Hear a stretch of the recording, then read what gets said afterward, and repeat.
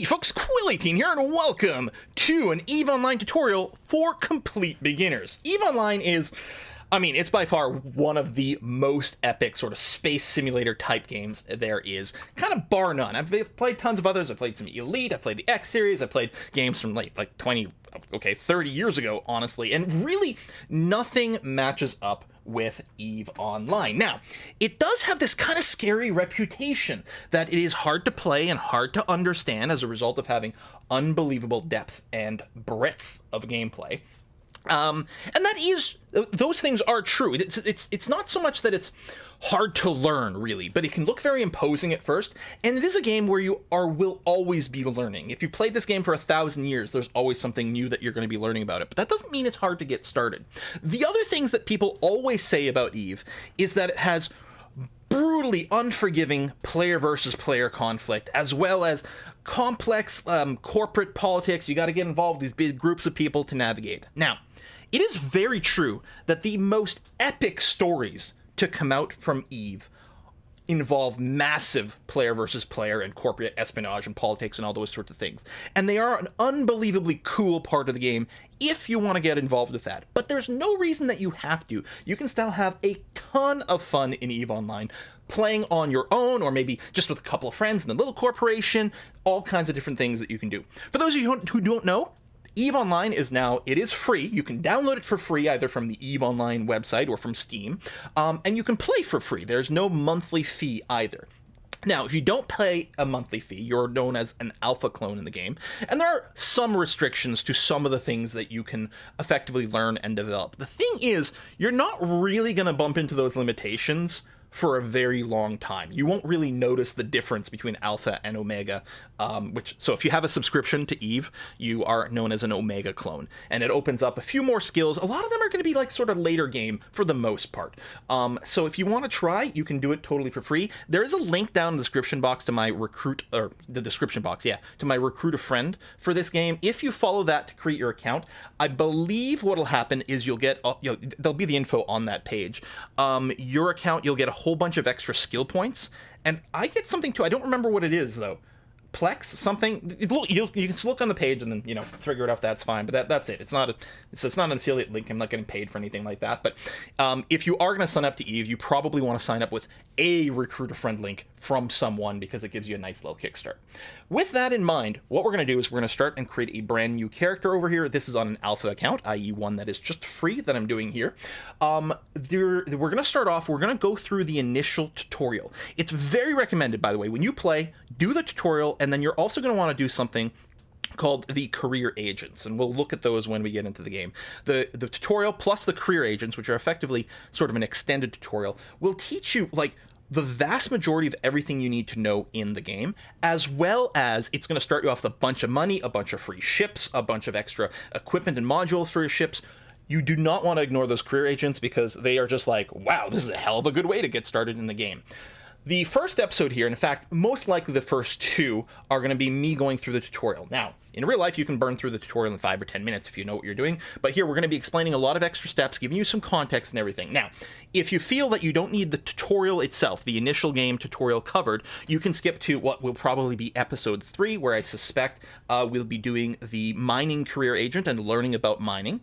Episode 4, I will probably be doing the exploration career agent and learning about exploration, which honestly is one of my favorite parts of EVE Online. I freaking love the exploration mechanics. I find they're so interesting. There's so much to do. The pure exploration, the hacking, the this, or that. Oh, it's wonderful. And then after that, depending on maybe some of the questions, the comments, we can cover some extra combat things. Although the tutorial sort of teaches you the combat, we can talk about more things like configuring your ship and whatnot. But we're gonna get there. Anyway, to try to avoid going for 10 minutes without playing the game, let's go ahead and make our very first character. When you make your first character, you will be asked to choose an empire to start as. Now, it is interesting. It actually does say choose an empire to explore over here, which presumably is because then you'll get a little bit more flavor. There's basically no difference of what you pick for an empire. It'll mostly just affect your starting area and your initial sort of starter ships that you'll have access to. As far as I know, even with alpha clones these days, you are not limited to ships of only your empire. I do not believe that applies anymore, but do check the comments down below. This is a guide for complete beginners, and I'm still partially a beginner as well. So I'm expecting lots of good clarification in the comments, and do check for that. But basically, your choice of empire is going to have almost zero impact on your EVE Online experience over the course of the game. That is really it. So when you're starting off, maybe, you know, take a look at, like, hey, which one's got the coolest looking ships? Which ones are you most interested in? You can also take a look at their offensive defense portfolio. For example, Caldari ships tend to favor missile weapons and defending themselves with shields, as opposed to the Gallente, for example, that use blaster weapons and drones and defend themselves with armor, and so on and so forth. There's also a little politics tab here, so you can get the sort of the flavor of the Empire and what their deal is. The Amar over here, reclaim the universe in the name of God. Yeah, they're kind of uppity over here, these guys. So there's a little bit of flavor. If you're more into role-playing and different things like that, you can do it. I'm going to start for this tutorial as the Gallente, because these are the people I've actually had the most experience with. I actually enjoy playing as them quite a bit. I think their backstory is kind of neat. I kind of like their ship design as well. They've got a lot of these sort of asymmetrical ships that are kind of nifty, and I like their area of space. So I'm going to go ahead and enlist with Gallente. So then you choose your bloodline here, which has, again, very little change on gameplay whatsoever. It says right here, influences your character's appearance only, does not affect access to skills or ability. It is really, don't stress about that. You could pick your whole character setup at random, and it will hardly have an impact on your character.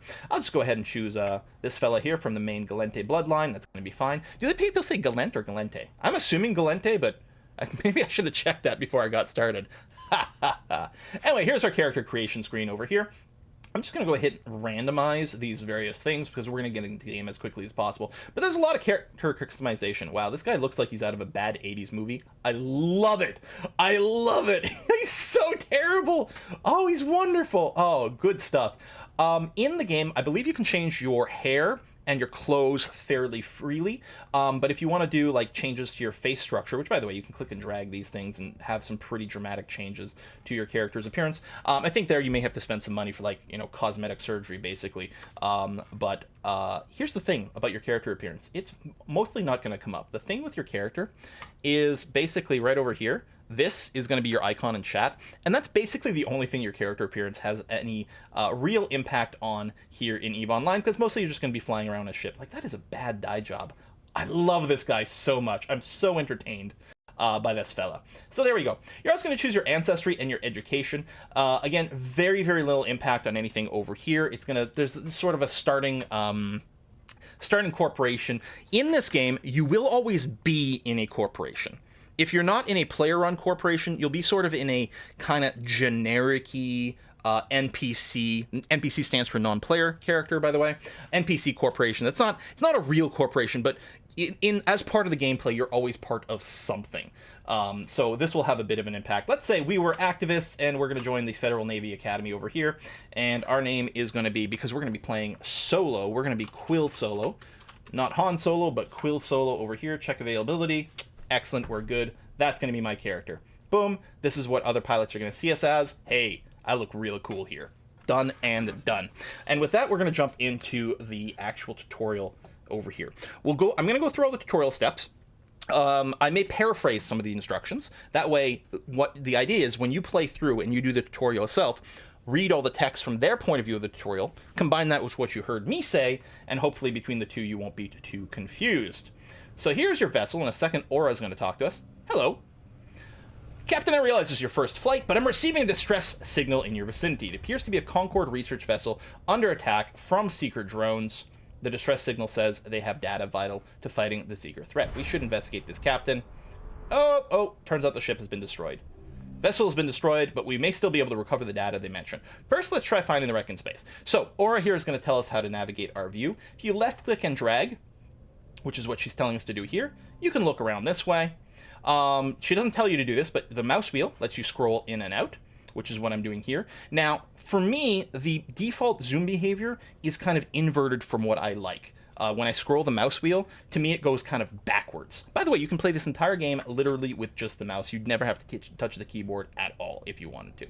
If, like me, you feel that the zoom direction is inverted, if you hit escape, you're going to bring up the option screen over here. If you go to display and graphics, the first tab, and go down to invert zoom direction. So I have that enabled because to me this is the quote-unquote correct zoom that I expect over here. So I've gone ahead and enabled that. As far as I know, every other one of my settings should be pretty close to the default, so we should hopefully get a fairly similar experience in there. Okay, so Aura is telling us that the wreck may be detected by my system, or the wreck has been detected by my systems. Pick out the wreck and select it so you can focus your efforts on it. So she just wants us to be able to select the wreck. Now, in this tutorial, there's this little pop-up to lead you to the wreck. Normally, you won't have something like this to sort of guide you visually. Oh, and if you hold down the mouse button, the left mouse button on an object, you'll get this this pop-up, this contextual menu pop-up. I personally don't care for this. I tend to not use this pop-up. It is kind of quick if you if you get, sort of muscle memory and you know what the direction the various things are. It's cool, but I'm like, what does this icon mean? I don't, what's it? Oh, plus, oh, look at, okay. You can right click and get all this as a text thing. So here's the other thing that I tend to do. Again, I hit escape. I go to, I think it's general settings. Yeah, right over here, open the radial menu. That's what that is. When you left click and hold on something, the radial menu, you can change the delay. Personally, I just set this to my middle mouse button because I basically never click that. That's what I do. A lot of people really like the radial menu. You might love the radial menu. So I encourage you to not necessarily do this right away. I'm going to do it because for my particular preference about how I use the interface, I don't like it because I tend to left click things too long and things pop up when I don't want it and whatever. So now I can left click to my heart's content and that menu doesn't pop up. It's just personal preference. Okay, so she wants us to click this wreck. So we're just going to go ahead and click this wreck. Now it is selected. Over in the top right corner, this little window right over here, see that I'm selecting? This shows you your current selected item. So it's normally docked right over here. You can move these windows pretty freely if you'd like to adjust your view. I'm going to leave it there for now anyway. That's normally the way I leave it. So we've got this item selected. So now Aura wants us to approach the wreck. With something selected, you get a variety of buttons. So there's an approach button, which is what Aura wants us to click here. The other thing you have to remember, you can basically right-click anything in the game, and you'll get a menu that lets you do stuff. So for example, if I were to right-click on this battleship wreck, I could also approach it. You do not fly ships by hand in this game. You mostly give your ship commands. There is one way I will technically tell you that you can sort of pilot your ship by hand. Oh, it's covered right now. There's a button for first-person camera, and if you've in first-person camera, like this, you can technically use the arrow keys to pilot around, but it's not very useful, and it's not very useful for a variety of different reasons. EVE Online is not a twitchy, fast game. You're going to take your time, you're going to tell your ship what you're going to do, and you can just sort of sit back and lean back, and things will happen. Now, sometimes there are some high-pressure situations, especially if you do player versus player combat. But it's not one of these, you don't need a joystick. In fact, I don't think the joystick would do anything in this game, for example, and whatnot. So I'm going to right-click on this, and I'm going to choose Approach. And then what I'm going to do is I'm going to put the selection window back over here, which is where I like to have it. So I'm going to approach the battleship. She just wants us to get close, and then we're going to be able to get a little bit of data out of this. There's a little indicator here as well. You can stop your ship. This button right over here lets you stop your ship. So whenever we get close enough, and the pop-up will change, we can stop the ship that way.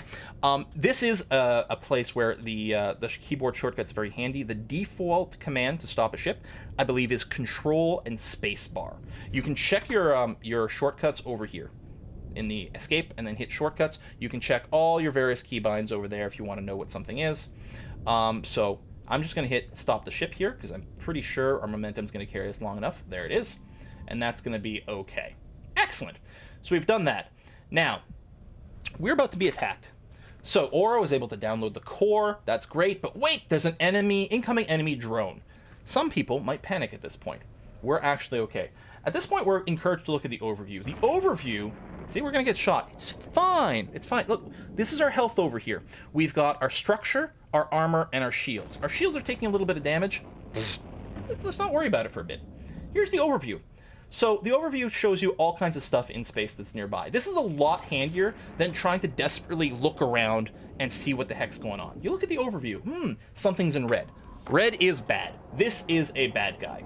So she would like us to approach this enemy so that we're quite close to it. Okay, I will do that. I will right-click and choose Approach. This is not often what you're going to do going into battle. You're not normally going to approach someone with just the approach command, but we'll see. Now here's the thing we're actually going to want to do. She wants us to orbit this enemy over here. So this is our enemy. Again, I'm not panicking. We got lots of health. Don't worry. I'm going to right-click this enemy to orbit it. Again, there's a bunch of different ways to do it. I could find it visually this way and try to right-click it, but that's difficult to do. The other thing, if you do have it selected for some reason, like we do over here, there's an orbit button on your selected items list. Very handy. But the other thing, and this again, right-click on all the things. Hey, there's a bad guy. I'm going to right-click him. I'm going to choose orbit, and I'm going to orbit him at 500 meters. So now our ship is going to just try to spin around, orbit around, fly around this thing in a circle. Now, she doesn't really explain to you why this is handy. We're going to get to it in a moment, but there's two reasons you're going to want to orbit someone in combat. One is you're going to try to keep them within optimal range of your weapon. And what your optimal range is going to vary wildly depending on your ship and your setup and all kinds of different things. The other thing is, when you are moving, specifically when you're moving sort of sideways relative to someone, right? If you're moving directly towards or away from them, then this doesn't apply. But if you're moving in some way vaguely sideways to them, which we are if we're going to be orbiting, you're actually slightly harder to hit when you're moving to the side. So anyway, this is why you tend to orbit people in combat. Anyway, she wants us to lock the target now. We're going to right-click on this target, or right-click on the seeker, over here, and choose Lock Target. Note, we could have also hit this button here, which is grayed out now because we're currently locking. The other thing you can do is you can hold control on the keyboard and click on something to lock it, which is my personal favorite way to do it because it's super fast. You just hold control and click, click, click, click. You can lock multiple targets. How many targets you can lock is going to be dependent mostly on your skills and various things, but we'll get to that later.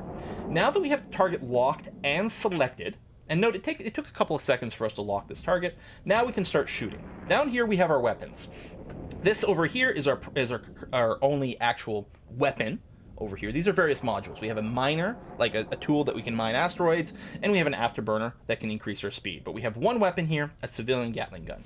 With our target selected, if I click on this, you'll start to see it turns green, and it starts to wrap around in a circle. Every time a circle completes, our ship is going to shoot. We can just barely see the little beams coming out of our ship. There it is. It's just shooting away, and we get a little bit of info here if we're hitting them or grazing them or missing or doing whatever. I'll show you a cool trick. If we right click on the seeker and click track, what it's going to do, our ship is here and the camera will keep pointing at the enemy ship over here. We can also right click and choose look at, and what it'll do, the camera will actually move away from our ship and be looking at the enemy ship instead. Anyway, we've gone ahead and blown up the ship. Congratulations, your first taste of combat. Great work, time to go home. I'll need you to dock at your home station where I will transfer the covered data to Concord. So, she's pointing out the square icon here in the overview. If we look over here at Durapant 7, now, you will probably have a different station because you might start in a different area. You may have picked a different empire, or even possibly the different backgrounds may have led you to be in a different area. So you might not be in Durapant, but I am over here. But most importantly, this square thing, this is a big station. So what we're going to do is where we're going to right click on it, and she wants us to choose dock. Now dock is actually going to do three things for us. I'm going to hit stop here so that we're not moving, so I can I'm going to tell you the step-by-step process that dock is going to do for us in one convenient step. But what we have to do, it's very far away. There's a distance meter for all these objects here. Durapant 7 is 13.2 AU away. AU means astronomical units, and that is the distance from the sun to the Earth. That is very far away. We can't just fly there at a normal rate. We're going to have to warp there instead, is what we're going to do. And that goes very, very fast. But warp goes in a straight line to your target. You can't interrupt the warp. You have to pick a specific known target. You can't just fly willy-nilly. You warp to it. When you arrive, you drop out of warp, and you're there. So the first thing that happens to get somewhere is you're going to have to align to it. If I right-click and choose Align To, all that's going to happen here is my ship is going to face that object, which is what's happening there. So we are now facing that object. Next, what's going to happen is we are going to warp to it. Now, we can warp to a particular distance. I can say, hey, warp to 100 kilometers away. But we're going to want to warp right on top of it, warp to 0 meters. Boom. We're going to do this. Warp drive active. Warp drive active. So normally when you right-click and choose warp, the first thing it would do, it was align you to the target. But we've already aligned. But normally, you wouldn't bother doing the align manually, unless they're very specific things. There are very specific cases where you might want to align, but that's a much later topic. So by right-clicking on something and saying warp to it, your ship would automatically first align and then start the warp. And then once we're here, we're once again going to right-click on this station. Now you can right-click on it in a view or in your overview over here. And we're going to choose dock. Now see, it's grayed out because I'm still warping. If I right click again, now that I'm done warping, dock is available. Again, it's worth noting that I don't have to have done the align or the warp to do this. If I had just right-click dock from the start, my ship would have automatically aligned, would have automatically warped, and now would be docking. But I want to show those individual steps over here. So we're now going to dock to this giant space station. Oh, ho, ho. Looks really cool. Docking request accepted. And depending on exactly where we warp to it, it can take a few seconds before we actually get pulled in. But there we go. We are now docked to this station. This is currently our home station. Stations are where you can store your ships and assets while not in use, repair your ship, and safely use your content finder, the agency, to uncover opportunities in New Eden. So she wants us to open our agency screen. What I'm going to do is I'm just going to minimize Aura for a second, and we're going to talk about a few more things on the screen. Over on the left, this is what they call our Neocom over here. And this is where you can access tons of different windows of different things. For example, Aura over here, she got minimized to that bar. Boop, that's Aura right over there. We got a chat window going on. But you are automatically, again, I mentioned earlier, you're automatically part of a special sort of rookie corporation when you join in. So we got a corporation over here, and there's chat inside of this corporation. There you also get automatically added to the rookie help channel, which is what's going on there. If you don't want to be in this channel, you can right-click it and close it. But I definitely recommend leaving this on. Of course, these windows can all be dragged and resized, so you can see things a little bit easier. You can see all the names of the pilots that are in here. Wonderful stuff. We're going to go ahead and just bring this quite down over here. There's also local chat. This is for the system that you're in. So people, just pilots that happen to be in the system that you're in, can have a little chat in there as well. We're going to go ahead and shrink this quite down right now because, I mean, I could minimize it, but I'm just going to do this for now. That's going to be okay. So the Neocom. All of these little icons over here can also be accessed through the menu on the top. This little E button over here, if you click on this, you get a full menu. She's in a way, which is a little bit annoying. A full menu with many different categories worth of stuff. And everything that you see here is in this list somewhere, and we can add to it. Like, for example, this little help. There's a little help button over here. We can open the help. We can close the help. Excellent. If I right-click on this, I can go ahead and close. No, that's weird. How come I can't remove this? Oh, maybe I can't. I can't remove the shortcut maybe during the tutorial. That's interesting. Okay, this is the map button. I'm going to go ahead and right-click it and remove this shortcut. I no longer have the map as a shortcut over here. If I go into the menu and find the map, which happens to be in this first category, activities and map, I can right click it and say, oh, could you add the shortcut back over here? Lovely. You can also click and drag to reorder things. Very handy dandy. Okay, so I just wanted to talk a little bit about that. We're going to ignore most of these buttons for now. There's some good stuff. Hey, your inventory, that's pretty good. Ship fitting. Hey, do you want to find out about your ship? Let's take a quick little peek. If we click on fittings, this is going to be dealt with later in the tutorial. But this is our ship right here. This is a Velator. I'm flying a Velator because I am Gallente. If you're a different empire, you will get a different starting corvettes. As far as I know, all the starting corvettes are equivalent or basically equivalent. We have a civilian Gatling gun installed, which we just use to blow up those ships. We have a miner component for mining asteroids, which we'll use later. And we have an afterburner that the game will teach us how to use relatively soon. We also get a bunch of stats on our ship over on the right side, which we can expand. We're going to ignore those for now. Just going to close this window, and I will finally click this agency button over here. The agency is a handy dandy little place where you can find stuff to do in the game. There's this home page over here, and then there's the tabs at the top. So agents and missions, encounters. Do you want to do exploration? Do you want to do resource harvesting? Like, hey, do you want to mine asteroid belts? A little quick and handy ways to find all those things. For now, the game wants us to go to the tutorial over here, which is what we're going to do. And we're going to do the first step of this tutorial, begin the investigation. Long-range scanners confirm the presence of seekers, those drones, at a strange wreckage site. Clearing them so investigators can move in is your mission. We're going to activate this tutorial step. There we go. Now, whenever you're on any kind of mission, you'll get a little bit thingy over here tracking your current mission and telling you what your current step is. So our mission is begin the investigation. We have to get to space. To do that, we have to undock. Now, the tutorial is giving this pop-up here and saying, hey, click this button to undock.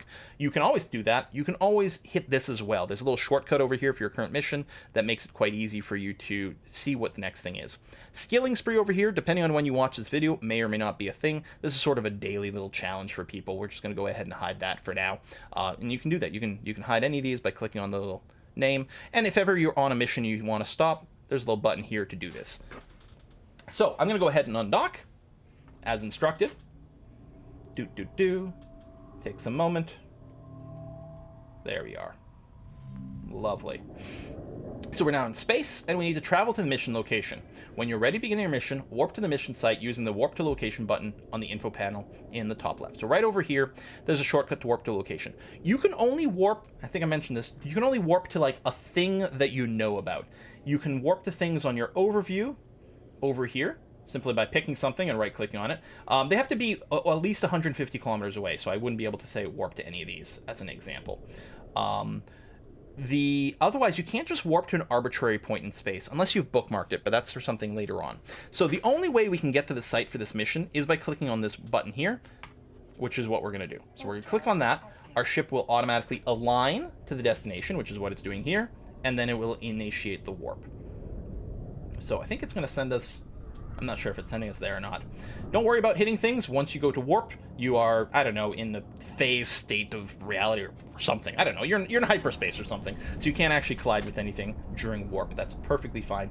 Note that while you can technically collide with things when you're just flying around, which will sort of stop you, you won't take damage from collisions. As far as I know, if there is ramming damage in this game, I am not aware of it. All right. Ruined Sleeper Enclave. Seems someone attacked it. Very strange. To view items in space, hold down the left mouse button and move your mouse around to rotate your camera. So yes, I can look around here. I'm going to zoom out a little bit.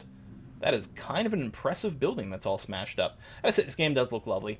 There are seekers here. Our mission is to eliminate them. So we got bad guys. We've got 2 different bad guys over here. So again, she's talking about approaching and all this. What I'm going to do, first of all, is I'm going to use Control and click on the first seeker and then the second seeker to target both of them. Again, I'm not worried. These guys aren't going to kill you. It's a tutorial. You're going to be fine. They hit us with missiles. We're taking a little shield damage, but we're okay. We're going to hit... I've targeted both of these. So they're both locked. I can toggle my selection this way or by clicking over here. Either way is fine. This first guy, I'm going to go ahead and approach. Rather than approach and then orbit, I'm just going to click this orbit button or right-click and choose orbit. Either way you want is fine. And your ship will approach to move into orbit. And then with this thing locked on, I'm now going to go ahead and hit my gun here.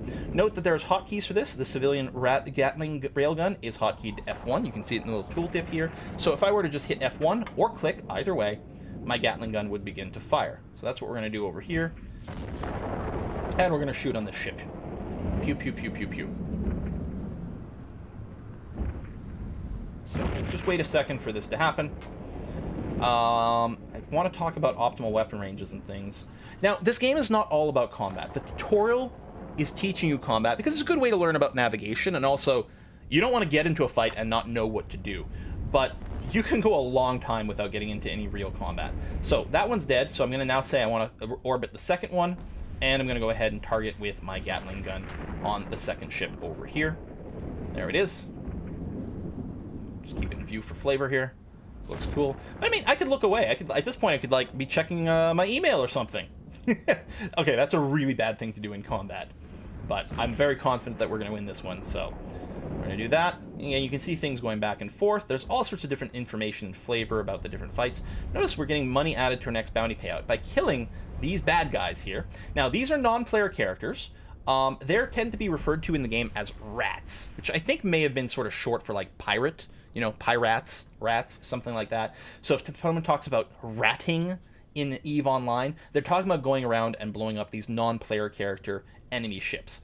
And there's no experience points in this game in any way whatsoever. There's no... You're not going to grind XP by killing bad guys, but you are going to get a few things. First of all, you're going to get money from the bounties that have been placed on these generic bad guys, which is great. The other thing is you might be able to loot them. The tutorial here doesn't cover this part at this time, but if you look in the overview, you can still see, if I expand this especially, let me move this a little so we can see. See, these guys have left wrecks behind. And see how these icons, they have a little square in them, and if I mouse over, it says contains loot item. If I can go and loot this guy. Now, there's a few different ways to do it. You can right-click and say open cargo. The other thing you can do is at this point, if you just double-click on a wreck, it's the same thing as opening cargo. Now, you have to be quite close to open the cargo. I think you have to be within 2,000 meters, i.e. 2 kilometers. But if you just double-click, or if you click and choose open cargo, again, your ship will do the right thing. It says cargo's too far away. All right, ship is on automatic approach. So it's going to automatically, my ship is going to turn around and fly towards its target. Now, we're not at the portion of the game where it talks about the afterburner yet, but I'm going to go and turn on the afterburner. And this is going to almost double my speed. You can see in this tooltip, my maximum velocity without Afterburner is 350 meters per second. With Afterburner, it's 542. So we're going to move a lot faster with this Afterburner on here. So to let me close the distance to these guys, and we're going to check the loot. Now, when you're doing the tutorial, do not stress about looting these guys, because all their loot, as far as I know, is not going to be something that you can necessarily use or sell. In fact, I think they may all contain a civilian Afterburner. But we will learn about looting over here. Oh, we got some metal scraps. Hey, that actually has a little bit of value. Not much, but some. So this is what the wreck contains, this metal scrap over here. Now, and over on the left, here is my ship, Quill Solos Velator. My Velator is my ship, and this is specifically my cargo bay. I can put things into my cargo bay two ways. One, I can grab the metal scrap and just drag it over. The other thing, and this now is just my inventory. The wreck is closed, so we're not looking at it. The other way, which I will demonstrate on this second wreck, who also has metal scraps, there's a button down here for loot all. And I click that. So now all the loot, all three metal scraps, so one stack of one and one stack of two, is now in my inventory. It's not worth much, but hey, we've done it, and that's pretty cool. These wrecks are still here, but they're empty. They no longer have a square in them. If we mouse over, it says it's empty. The wrecks stay around, though. If we had a salvage module on our ship, we'd be able to strip apart these wrecks for potentially some extra loot, and once the wrecks have been salvaged, then they go away. They also time out after a while. Anyway, we have successfully completed this mission. Aura now wants us to open the Neocom, or go to the Neocom, click the agency button, and accept the next step in the tutorial. Fortress in the Rocks. Sounds great to me. Let's go ahead and do that. So now we have to warp to a new location. I will go ahead and do this. My Afterburner is still turned on. As I go into warp, it will turn off. Most modules cannot run during warp, so they will automatically go ahead and be turned off along the way. Maybe? There it is. See? It's off. Now that we're actually entering the warp drive, or the warp state. Vroom. Man, this game does look good. By the way, Control F9 hides the user interface. Ah, ha, ha, ha, ha. Great for screenshots, which you can take with print screen, or F2 if you're on Steam. Really good. I've taken so many screenshots of this game. It's like, I don't know why. I don't think I'm going to share them with anyone necessarily, but there you go. Let me bring this window down a little bit. This is a little too big, covering things up. Hold position, Captain. Sleeper sentry towers have been deployed. You'll need to use weapon range and fall off here. I'll assist you. I've highlighted the closest target in your overview. Look at the distance column to see how far it is from your ship. Okay, so this sentry tower is highlighted in blue because of the tutorial. We are currently 11 kilometers away from the sentry tower and 25 from the next one. So the distance to your target has a major impact on how effective your turrets are. Mouse over your turret and see the optimal and fall-off range for your weapon. So my turret here is the civilian Gatling railgun. It has a fall-off range of 70, let's call it 7,400 meters, and an optimal range of 5,200, 5,300, something like that. They don't really talk about what this means over here, other than you want to be in optimal range to fight. And that is true, ideally. Your weapons can miss. Sometimes they hit, sometimes they miss. There's actually quite a number of things that can affect whether or not your weapons hit or miss. One of the big things, though, is range. Assuming no one is moving, assuming everyone is just standing still, if you're within optimal range, your weapon will never miss. If you are further than optimal range, then your fall-off range starts to come into play, where, and that tells you sort of a hint as to your accuracy. Basically, if you're more than fall-off range, I think outside of your optimal, then you're at least 50% chance to miss, and it just goes down like that. Don't worry about the specific numbers or the math that runs it right now. But the thing to know is if you're within optimal range, you're going to hit a lot, okay? Depending on how other ships are moving, they may be able to still dodge even within optimal range, but within optimal range, you will hit most of the time. And if you're just outside of optimal range by a little bit, you're still going to be okay. It so happens now, depending on who you're playing as, you may have different weapons with vastly different ranges on your personal ship. This one here has a range, let's call it about 5 kilometers. So we would like to be within 5 kilometers so that we're within our optimal range, and we're hoping, and we could get closer, but it's not going to help us. And for all we know, these guys have a super short range weapon, so we don't want to get any closer than we have to. So first I'm going to do is I'm going to target this guy. So again, control click is one way to do it. It's the fastest way. You can also left click and lock target, or if you select it, you can always hit this button. So I'm going to lock this target. And then what I'm going to do is I want to orbit it at 5,000. So again, you can right click either on it here in the overview, or here if you want, and choose orbit and choose 5,000. The other thing you can do is hit this button here. Now this button is set to your default orbit range, which starts off at 1,000. 1,000 meters is too close. It's closer than we need. So here's what I'm going to do. I'm going to right click over here. I'm going to choose orbit, but rather than choosing 5,000, I'm going to go way down here and set the default orbit range to 5,000. For this ship, the way I have mine designed, or the way it was set up for me here, 5,000 is an ideal optimal range for combat. So I'm going to set that, and now this button, see, says 5,000 meters. Now if I just click this, it'll go to 5,000 meters, which is what I want. I'm also going to start shooting. So I'm outside the optimal range right now, so I might miss some. There you go. I did miss a little bit. But there's still a chance to hit, and as I get closer and closer, the chance to hit is going to get better. This weapon here doesn't use any ammo, so I may as well start shooting right away. Who cares? And honestly, ammo's pretty cheap. You may as well start firing the second you have the option to do it. So now we're going to hit a lot more. We're still slightly outside of our optimal range, but barely. So we're going to hit almost all the time. Ow, we got hit there as well. And yeah, I can right-click on this and say, hey, look at. So now my camera is around here. Well, look at this thing. It's kind of nifty, groovy. If you've done that, you can right-click anywhere you want, and in this pop-up, there's going to be an option, look at my ship. So I'm going to go back to looking at my ship over here. Boom, it's dead. Lovely. So the second turret's still up, so I'm going to select it.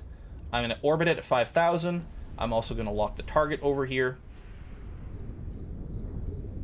And I'm going to start shooting now. And we'll mostly miss until I get close to that 5,000 meter range. We're missing. But that's okay. Again, bullets are cheap, and this gun doesn't even use ammunition. So we're going to go ahead and may as well start firing. Alright, I'm going to turn on the afterburner so we can close the distance a little faster. I'm impatient. This tutorial is going to be long enough as is. Oh my gosh, we're at 37 minutes, basically. So we're going to be putting a cut in this in just a moment here. What we're going to do is we're going to continue this tutorial in the second part of this beginner's guide series that I'm working on here. We're going to finish the in-game tutorial. And again, the second video will end the tutorial. The third video will be looking at the career agents and probably doing some mining, if you're into that. But there's still a lot of interesting stuff that we're going to take care of in just this normal tutorial. Come on, blow it up already. Grr. Its shields are down, has basically no armor. There we go, finally dead. Done. Excellent, Captain. Oh, you know what? Well, no. So what she's going to want to do, I think the next step is going to be some skill stuff. So that will definitely be a next time thing, because skills in EVE are a really interesting concept and very different from basically every other game. I'm just going to go ahead and stop the ship over here, and I'll wait here for you guys in part 2. Again, if you do want to sign up, do recommend you use a invite a friend link. I've got mine in the description box down below, because it should start you off with some extra gear and whatnot. And if you're new to the channel, hey, subscribe, like, comment, favorite, sacrifice a small animal. I don't know, whatever. It all helps. We don't know how YouTube works, but we figure all those things probably help. I'm going to see you next time, folks. Bye-bye.